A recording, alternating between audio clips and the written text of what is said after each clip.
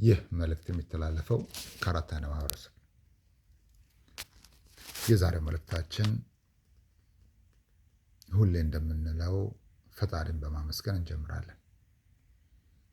ኃያሉን አምላክ በማመስገን እንጀምራለን። ንጉሱን በማመስገን እንጀምራለን። ንግስናው ከምንም ከማንም በላይ የሆነውን አምላክ፣ ሁሉን ቻይ፣ ሁሉን አድራጊ፣ ሁሉን ፈጣሪ፣ የፍርድ ቀን ዳኛ፣ ለዳኝነቱ ምስክር የማይሻው ፍትሃዊ ዳኛ ለሆነው አምላክ ምስጋናችን እናቀርባለን።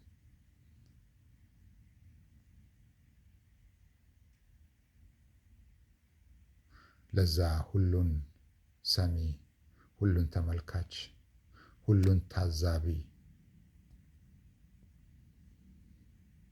ለፍርዱ የማይቸኩለው፣ ፍርዱም ሲመጣ ትክክለኛ የሆነ ለማንም የማያዳላው አምላክ ለሆነው ለአብርሃም፣ ለይስሐቅ፣ ለያዕቆብ፣ ለዩሱፍ፣ ለሙሳ እንዲሁም ለሌሎቹም ነቢያቶች ላኪ፣ አስተማሪ፣ ጠባቂ ለሆነው አምላክ ምስጋናችን እናቀርባለን። ለመላእክቶች ፈጣሪ የሆነ አምላክ ምስጋናችን እናቀርባለን። ለነገሮች ሁሉ ባለቤት ለሆነው አምላክ ምስጋናችን እናቀርባለን። እንግዲህ ኃያሉን አምላክ ካመሰገን በኋላ የዛሬው መልእክታችን ምን ይላል?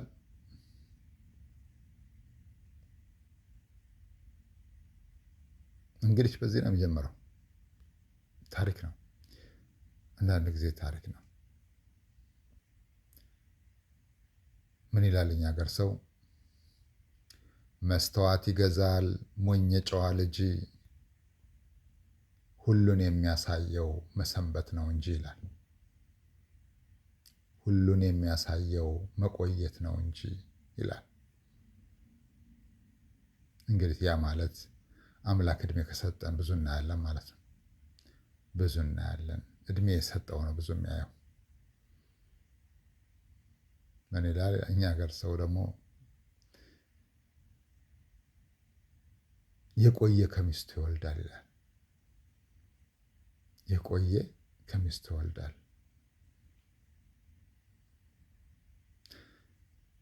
የሁሉ ተረት ነው።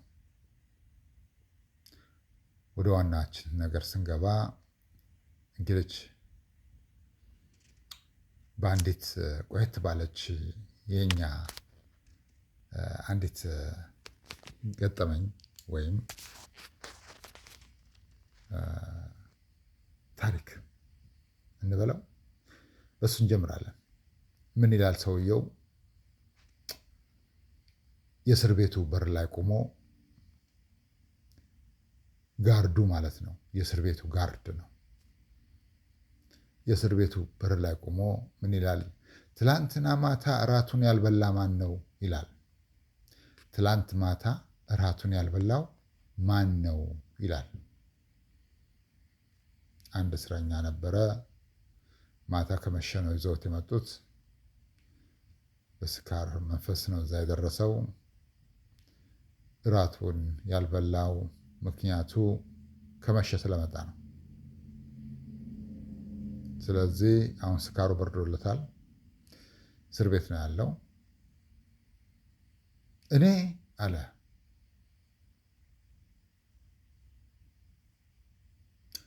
እኔ ሲል ዘበኞቹ ወይም ዘበኛው የእስር ቤቱ አወቀ ያን ሰው ማንነቱም ማለት ነው።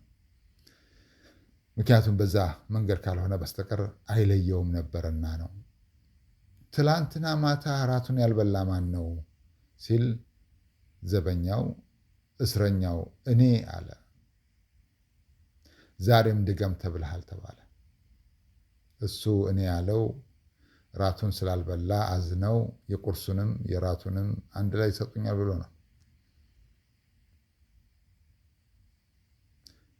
ግን የጠበቀው የተለየ ነበር። ያም ምንድነው? ዛሬም ድገም ተብለሃል ተባለ። አሁን እራት አለመብላት አይደለም ድገም የተባለው፣ ቀኑን ሙሉ ምግብ አይበላም ማለት ነው። ዛት ሚንስ ቁርሱንም ምሳውንም እራቱንም።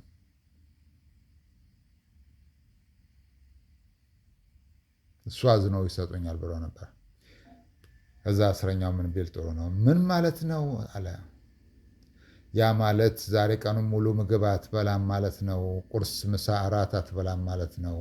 ምክንያቱም ደግሞ ተጣልተህ የመጣኸው ወደዚህ ከንጉሱ ወይም ከዛ አስተዳደሩ ከአንዱ ከቤተሰቡ አንዱን ላይ ነው ደብድበህ የመጣኸው አለውት። ከቤተሰቡ አንዱን ተጣልተን የመጣኸው አስቀይመህ። ያ ማለት ንጉሱ ትእዛዝ አስተላለፉ። ማታ ከቤተሰብ አንዱ ጋር ተደባድቦ እስር ቤት የገባው ሰው ቀኑን ሙሉ ምግብ እንዳይበላ ብለው ትእዛዝ አዘዋልና የንጉሱ ትእዛዝ መከበር ስላለበት አንተ ዛሬ ቀኑን ሙሉ ምግብ አትበላም አሉት። እሱ በስካር መንፈስ ስለመጣ እንዴ ተጣልቼ ነው ወይ መጣሁት አለ። አዎ እኔ ባልል ኑሮ እኮ ሌሎቹ እስረኞች ሲበሉ አብሬ ቀርቤ በላ ነበር አላሉ። ይሄ ተረት ምንድን ነው? አንዳንድ ጊዜ ሰዎች ትላንት መጥፎ ስለነበር ዛሬ በጎ ነገር ይሆናል ብለው ይገምታሉ። ነገ ደግሞ የተሻለ ነው ብለው ይጠብቃሉ። አላወቁት ነገር ቢኖር ሁል ጊዜም ቢሆን የሰው ልጅ በሰራው ስራ ይዳኛል። አንድ ሰው በርበሬ ተክሎ ብርቱካን አይጠብቅም።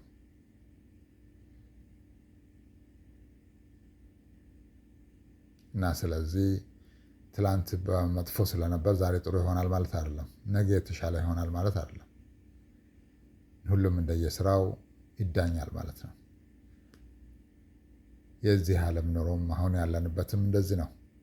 ትላንት መጥፎ ስለነበረ ዛሬ የተሻለ ይሆናል ብለን ስንጠብቅ የባሰ ነው የመጣው። የሚያሳዝነው ነገር ደግሞ የባሰው ገና ጀመረ እንጂ መካከል ላይ እንኳን አይደለም። ገና ጀመረ። ያ ማለት መጪው ይከፋል ማለት ነው። ይህንን ያልነው ከ2024 በፊት ነው። እዛ አካባቢ ነው መሰለኝ። እና አንዳንድ ጊዜ ከነማን ጋር እንደምንጣላም አናቅም። ከነማን ጋር እንካስላንቴ እንደምንገጥምም አናቅም። ግን በኋላ ትንሽ ቆይቶ በሰራነው ስራ ወይም የሰራነው ስራ ጠልፎ ይጥለናል። ጠልፎ ከጣለን በኋላ ለመነሳት በጣም ይከብዳል። አንዳንዶቹ እንደወደቁ ቀሩ። ምን ይላል?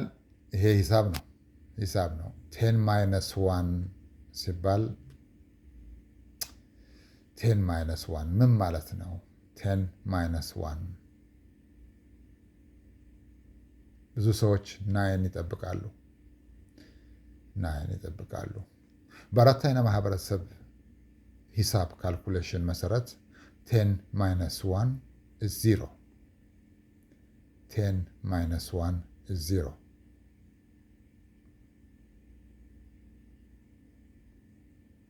ያ ማለት there is nothing is left. There is nothing is left። ይሄ ማለት ከምሰሶዎቻችሁ 10ን አነሳ ነው ማለት ነው። ምናልባት 10 the most valuable, the most you dependent on it, the most strong one, the backbone, it could be. So when you take those 10,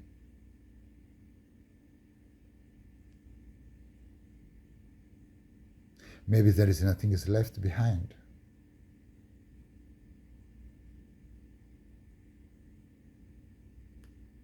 እኛ ሁልጊዜም ቢሆን ያው እንደምንለው እንደ አራት አይነ ማህበረሰብ እዚህ ሀገር ስለምንኖር ወይም ዜጋ ስለሆን ብለን የምናዳላው ነገር አይኖርም።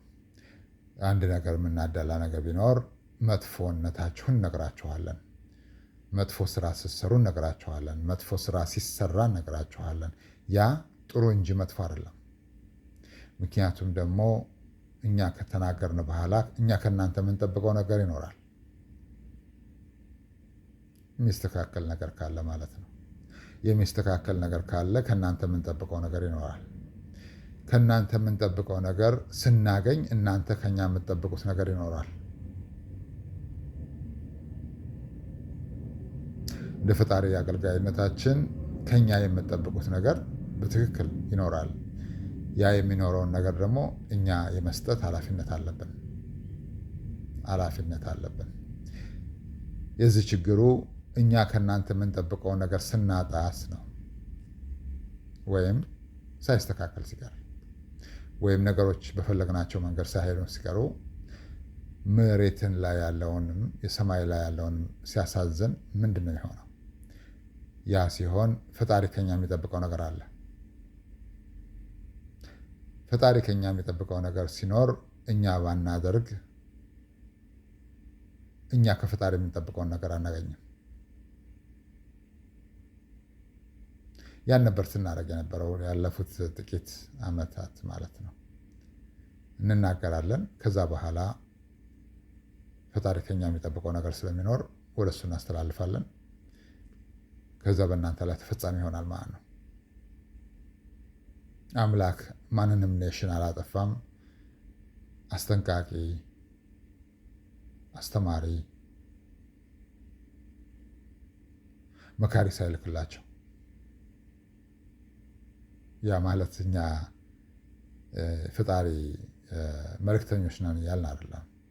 እሱ ደረጃውን የሚያውቀው እሱ ነው። ግን እኛ በምናውቀው በጣም በቅርበታችን ኃያሉ አምላክ አንዳንድ ጊዜ በሚነግረን ነገር እኛም በምናየው መጥፎ የመሰለንን ነገር እንናገራለን። አንዳንዶቹን አንናገርም። ምክንያቱም ከዝሆን ጋር ልፊያ መርከብ ነው እና ስለዚህ አንዳንድ ጊዜ እንደዚሁ እናስተላልፋለን። ፈጣሪ ከኛ የሚጠብቃቸው ነገሮች ስላሉ እኛ ወደ እሱ እናስተላልፋለን። እኛ ወደ እሱ ስናስተላልፍ ቅጣቱን ከንግግር በላይ በተግባር እያያችሁት ነው ማለት ነው። እየኖራችሁበት ነው ያለፉት ቢያንስ ከ2025 ወዲህ ማለት ነው። ከ2023 ወዲህ ደግሞ ብዙ ነገር ነው የሆነው። ከ2017 ጀምሮ ማለት ነው። እኛ ነገሮችን እንዲሁ አናላይዝ ስናደርጋቸው ብዙ ነገሮች ከመስመር የወጡ ናቸው። ባቡሩ ሀዲዱን ከሳተ ቆየ ማለት ነው። ጀስት ማተር ኦፍ ታይም አይዘር ዊል ስታፕ ኦር ኢት ዊል ሮል ኦቨር።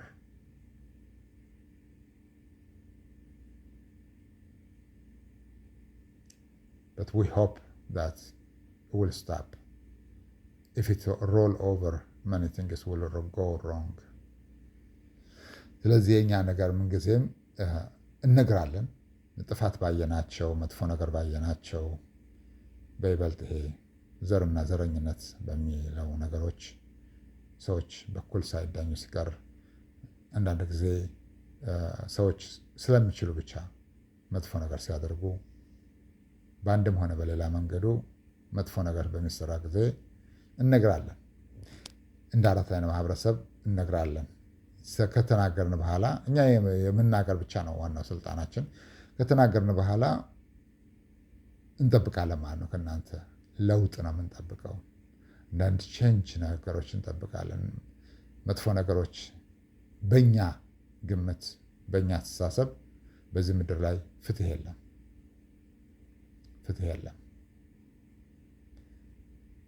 ፍትህ ስለሌለ ሁልጊዜም ቢሆን እናስታውሳለን። ነገሮች ከመስመር ከመውጣታቸው በፊት እናስታውሳለን።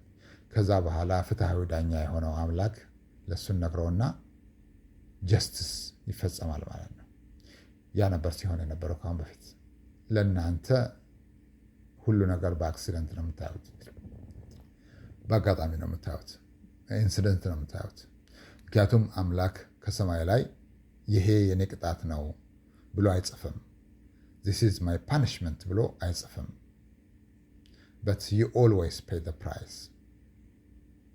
You always pay the price because that price ሰዎች ቢያደርጉት ኑሮ ጦር ሊያማዝዝ የሚችል አንዱ ግሩፕ ከሌላው ግሩፕ ጋር ቢያደርገው ኑሮ አገር ወደ ጦርነት የምትሄድ ወይም ጎረቤት ሀገር ቢያደርገው ኑሮ ያንን ጥፋት በእውነቱ ትልቅ እልቂት የሚያስከትል ነገሮችን አምላክ ያደርጋል። አምላክ ሲያደርግ እንግዲህ ምንም ማድረግ አይቻልም፣ መቀበል ነው። ምክንያቱም ማን በጨለማ ላይ ያፈጣል? በጨለማ ላይ ማን ያፈጣል? በጨለማን ሊያስፈራው የሚችለው ብርሃን ብቻ ነው። ብርሃን ሲመጣ ሁሉ ይበተናል። የአንዳንድ ጊዜ ደግሞ ሰዎች በጨለማ ውስጥ ስለሚኖሩ ብርሃን አያገኙም። ብርሃን ካላቸው ጨለማው ከነሱ ጋር ይሸሻል። እንደዛ እንደማለት ነው። አምላክ እውቀቱን ይስጠን። በእርግጥ አንዳንድ ነገሮች ለዚሁ ስናይ እነግራችኋለን። ምክንያቱም ብዙዎች ነገሮችን ስናይ ከመስመር የሳቱ ናቸው። በእውነቱ ኃጢአት ሲበዛ፣ መጥፎ ነገር ሲበዛ አንዳንድ ጊዜ ያሰባችሁት ያቀዳችሁት ነገር ሁሉ አይሳካም። ካሁን በፊት ምናልባች ይሆናል። እኛ ግን ከመጣና ካየነው በኋላ በይበልጥ ከ2017 በኋላ ብዙ ነገሮችን አየን። ዛት ሚንስ ከ2012 ጀምሮ አይተናል። እኛ ገና ሀ ብለን ስንመጣ ያ ማለት እናንተ ለእንደኛ አይነት ሰው ያላችሁ አመለካከት ማለት ነው። አምላክ ሁሉን ሰው ከአዳም ፈጠርኩት ብሎ እናንተ ግን ሰዎችን በዘር፣ በሃይማኖት፣ በቆዳ ቀለም ለያይታችሁ እንደ ሰው ሳይሆን በሌላ መልኩ እያያችሁ ታንገላታላችሁ ማለት ነው።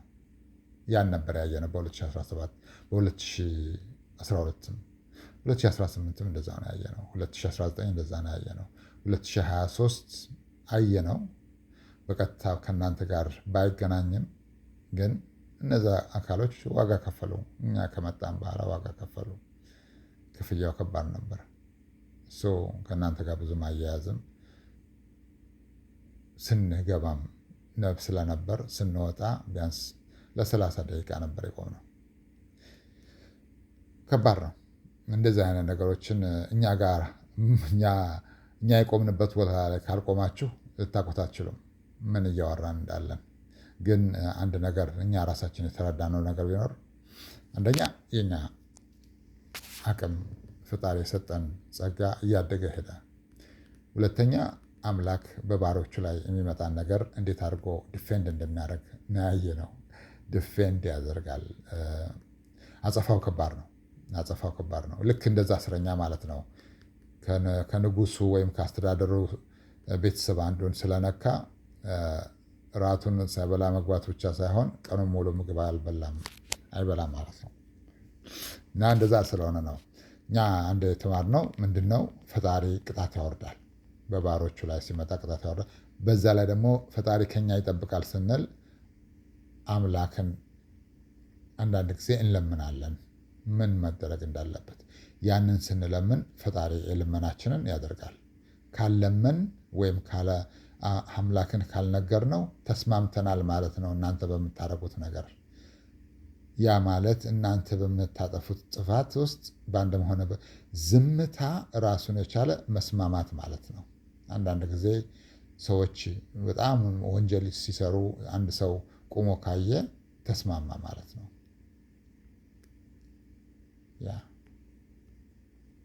ያ ማለት ምንድነው? በአንድም ሆነ በሌላ መንገዱ አምላክ መቅሰፍት በሚያወርድ ጊዜ አንድ ላይ ነው የሚያወርደው። ለእንደኛ አይነቱ ደግሞ እድገት አይኖርም። ይህን ነገር መናገር ካልቻል እድገት አይኖርም። ምክንያቱም መጥፎ ነገር እያየ ሰው ዝም ካለ መጥፎ ነው። ምን ይላል ፈጣሪ? ወንድሙን ከመጥፎ ነገር የከለከለ በእኔ ዘንድ ትልቅ ደረጃ አለው ይላል። ወንድሙ ወደ መጥፎ ነገር ሲሄድ ከመጥፎ ነገር የከለከለ በአምላክ ዘንድ ትልቅ ደረጃ አለው። በመከልከሉ ነው። ወንድሙ መጥፎ ነገር ሲያደርግ የመከረ በፈጣሪ ዘንድ ትልቅ ደረጃ አለው። የመከረ ነው። በፈጣሪ ዘንድ ትልቁ እርዳታ ለሰው ልጅ ለአንድ ሰው እርዳታ ለሚያስፈልገው ወይም ለችግር ላይ ላለ ሰው የመጀመሪያው እርዳታ እጅን ወደ ኪስ ሳይሆን እጅን ወደ ላይ አድርጎ ፈጣሪ መለመን ነው። አምላክ ከኪስህ በላይ ልብህን ይመለከታል። የመጀመሪያ እርዳታ የምታደርገው ማዘን ነው፣ ፈጣሪን መለመን ነው። ቅን ልቦና ማሳየት ነው። መልካም ነገሮችን ማሳየት ነው። የመጀመሪያው ድርጊት የምታደርገው እጅህን ወደ ኪስ ከመክተት በፊት ልብህን አምላክ ያያል። መልካም ነገር ማሰብህን። ለዚህ ነው አንዳንድ ጊዜ ሰዎች ኪሳቸው ስለሞላ በጎ ነገር ለማድረግ ይነሳሳሉ። ያ በጎ ነገር ዝም ብለው አይደለም የሚያደርጉት። ካሜራ አስጠምደው በጎ ሰሪ ነው እንዲባል፣ በጎ አድራጊ ነው እንዲባል፣ ምስኪኖችን ድሆችን ይረዳል እንዲባል ካሜራ አስጠምዶ በሌንስ ውስጥ ሆኖ ያድላል ማለት ነው። አምላክ ያንን ያያል።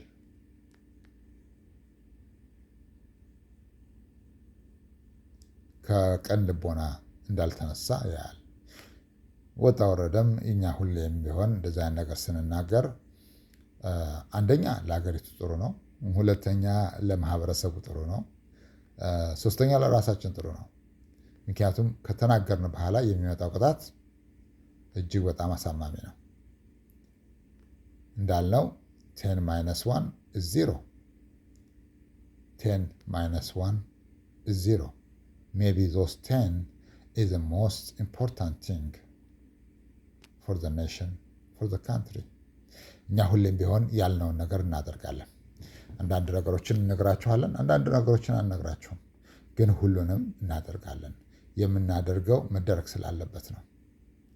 መደረግ ስላለበት ነው። ከአሁን በፊት ምናልባች በተለያየ ሁኔታ ስትኖሩ ኑሯችኋል። ግን ከዚህ በኋላ ግን ብዙ ነገሮች እንዳለፈው ቀላል አይሆንላችሁም። ይልቁንስ እየከበደ ይመጣል።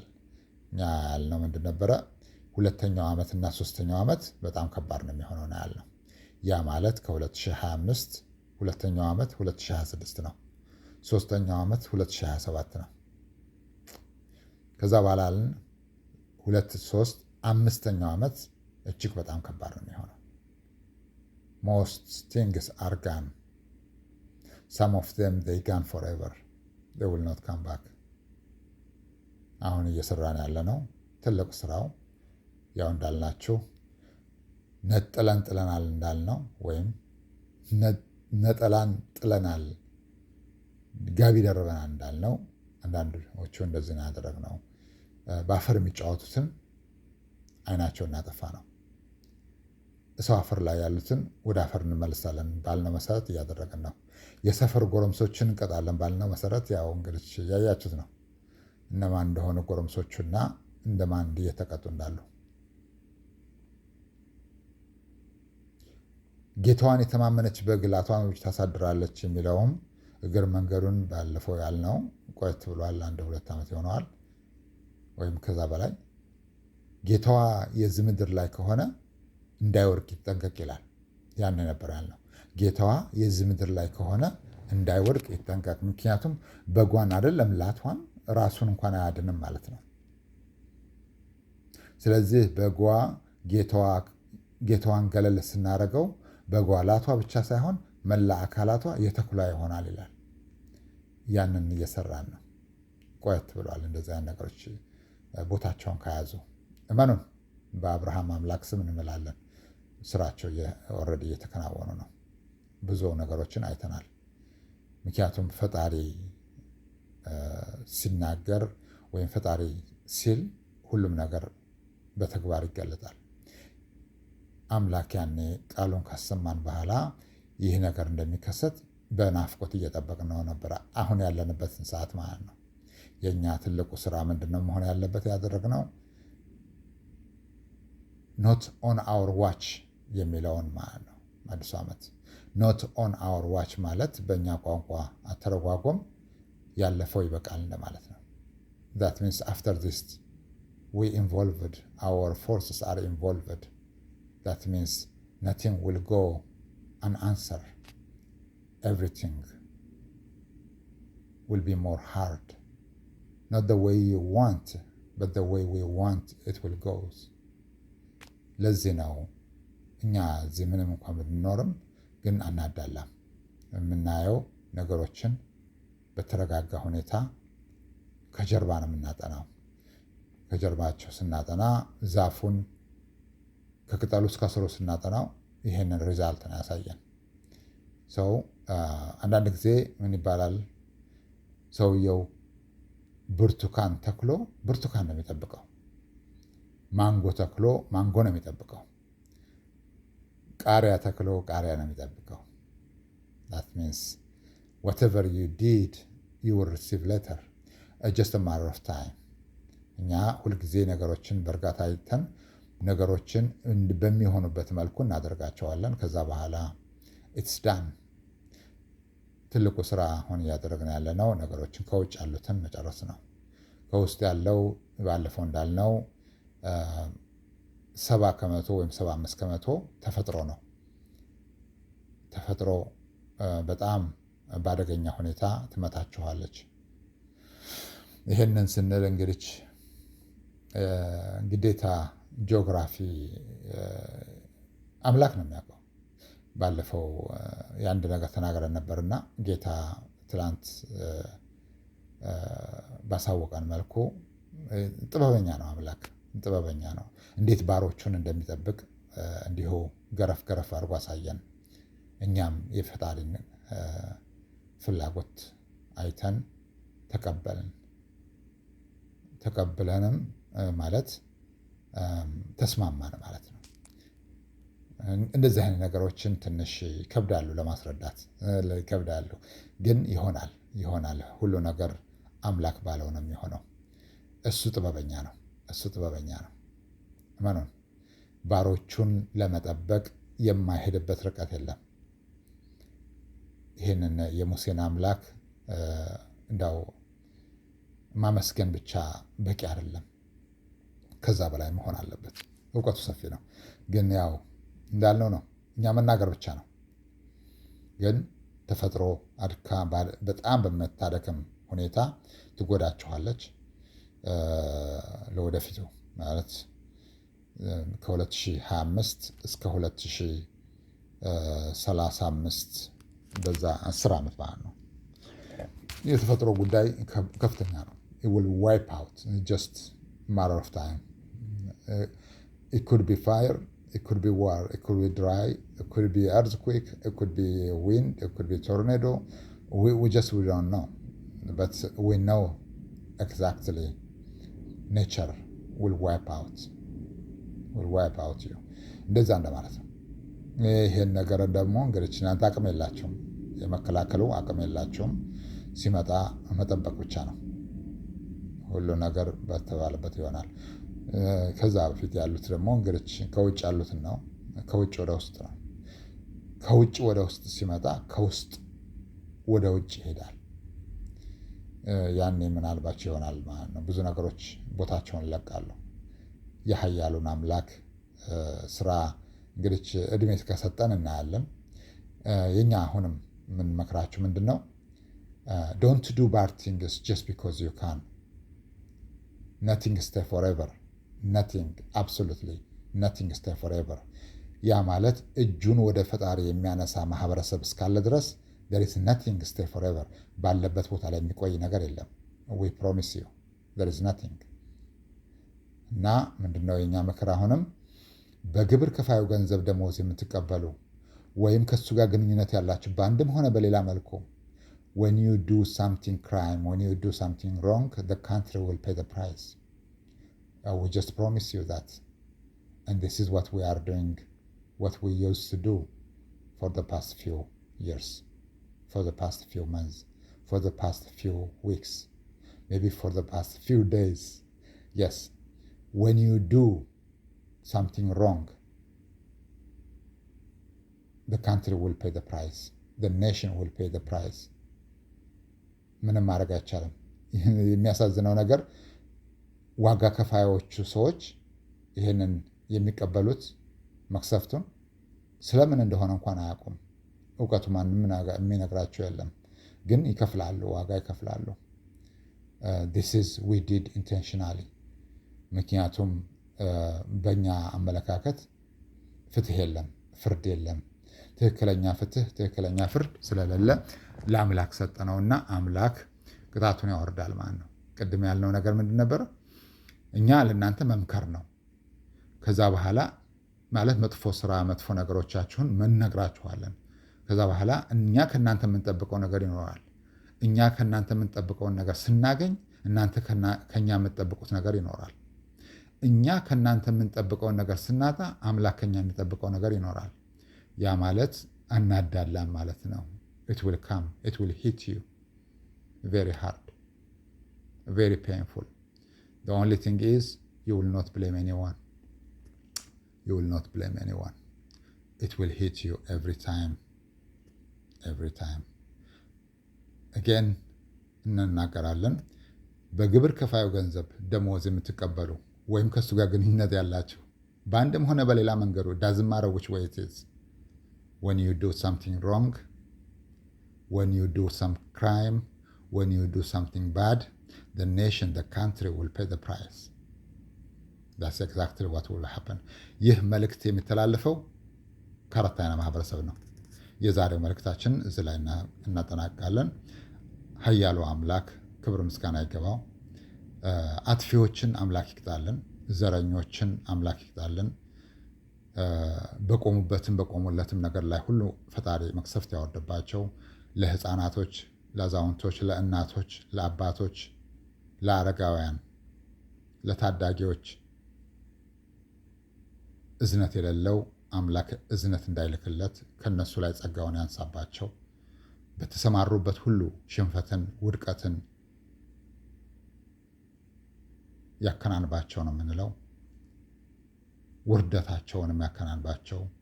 እነዛ ለሰዎች ልጆች ጠላት የሆኑ በሰዎች ላይ የፈለጉትን የሚያደርጉ በሰዎች ላይ የሚዘምቱ በንጹሐን ላይ ግፍ የሚሰሩ የሚያሰሩ አምላክ አሰቃቂ የሆነ ቅጣት ያወርድባቸው እንላለን። በነሱ ሰማይም በነሱ ምድርም ላይ ያለውን ጸጋውን ከነሱ ላይ ያንሳ። ለሰዎች እዝነት የሌላቸውን ሰዎች አምላክ ከነሱ ላይ እዝነቱን እንዲያነሳ እንለምናለን። በዘር በሃይማኖት በቆዳ ቀለም እየለዩ በደል የሚያደርሱትን አምላክ በቆሙበትም በቆሙለትም ነገር ላይ መቅሰፍት ያወርድባቸው። አለን ብለው በሚኮሩበት በእጃቸውም ሆነ በደጃቸው ባለው ነገር ላይ ሁሉ መቅሰፍት ያወርድባቸው። ባዩትም በነኩትም ነገር ላይ አምላክ በረካውን ከነሱ ላይ ያንሳባቸው እንላለን። ይህ መልእክት የሚተላለፈው ከአራተኛ ማህበረሰብ ነው። እናመሰግናለን።